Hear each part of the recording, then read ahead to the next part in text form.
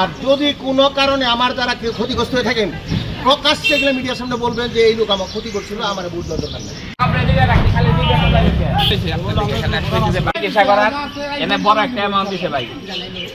দোয়া করেন, আমি ক্ষুদ্র মানুষ, আমার দ্বারা যত সম্ভব আমি সবসময়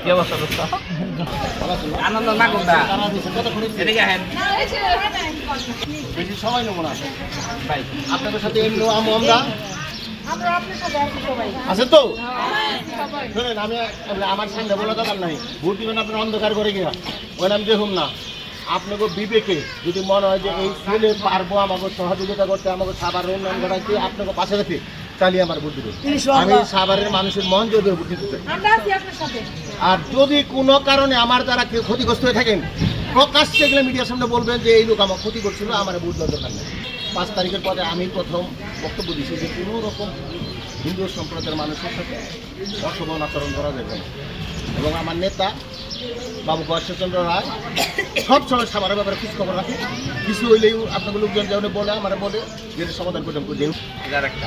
বেতন কমাই দিতে পাইছেন তো ভাই, যখন যেটা কয় সেটা কিন্তু রাখে, ইনশাআল্লাহ হবে, পর্যায়ে হবে। আজকে একটা আনুষ্ঠানিকভাবে করে গেলাম আমরা, সামনে আবার একটা প্রোগ্রাম করতেছে, আপনাকে 1-1.5 মানুষ একসাথে করে আমি সামনে থাকি। আপনাদের যার যার যে সমস্যা আছে একসাথে একদিনে আমি সবারটা সমাধান করে, কিন্তু প্রত্যেকের জন্যই আমি চেষ্টা করব কাজ করার জন্য, ঠিক আছে?